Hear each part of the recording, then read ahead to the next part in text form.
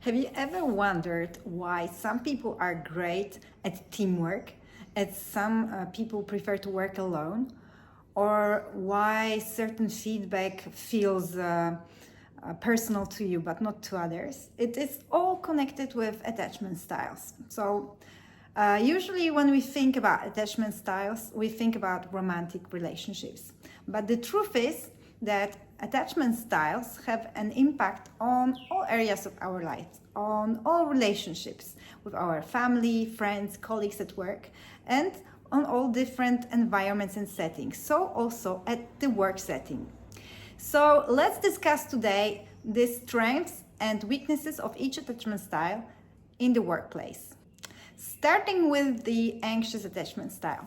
People with anxious attachment style have a very high emotional intelligence. They feel the emotions of others and they can read these emotions.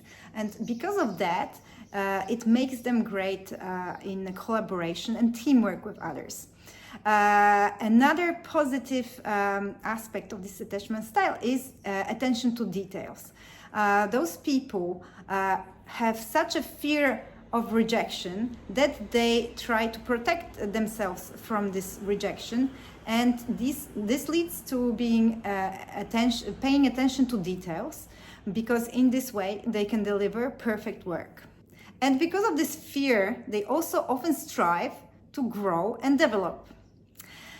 So what are the weaknesses of this attachment style at work? Well, first of all, they have problems with boundaries. So they don't want to disappoint their colleagues, their boss. So, for example, when they are asked to take additional work, they probably will agree for that, even though they don't have the capacity to take care of it because of the amount of their work, but they just don't want to disappoint anyone. And another thing is that they have also problems with feedback. Even if the feedback is constructive, they take it as criticism, and again, this is connected with their fear of rejection. So how about the avoidant attachment style? This attachment style is characterized by huge independence. So these people will be really good at positions that require this independence. They also are really good at rational problem solving and dealing with challenges in a rational way. And they act really well under stress. That's because they have learned to suppress emotions in their childhood, and now under stress they don't react too emotionally. But this attachment style, of course, has its weaknesses. First of all, they are really weak in teamwork and collaboration. They also have problems with relying on others, and so it means also delegating tasks. The third attachment style, the fearful avoidant, has the characteristics of both anxious and avoidant attachment style. So they might show different characteristics depending on the situation. So when everything is good, they don't feel at risk. They have this ability to balance connection and independence. But when they don't feel okay in a situation, they might react in a very emotional manner, and they might also avoid risks. The last attachment style is the secure attachment style. And people with this attachment style usually are really good at communication, really good at creating connection with others. So they have a lot of strong points. They also are pretty independent and motivated.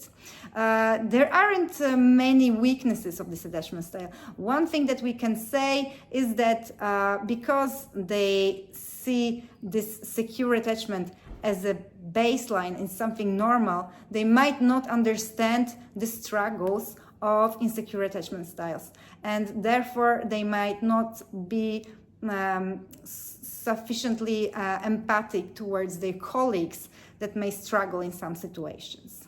So as you see, each attachment style has different characteristics, and understanding those characteristics and patterns will help you to understand why you act in a certain way. I am sure that you already know by now which attachment style are you. But if you would like to use my free tool that helps to discover the attachment style, then I leave the link in the comments.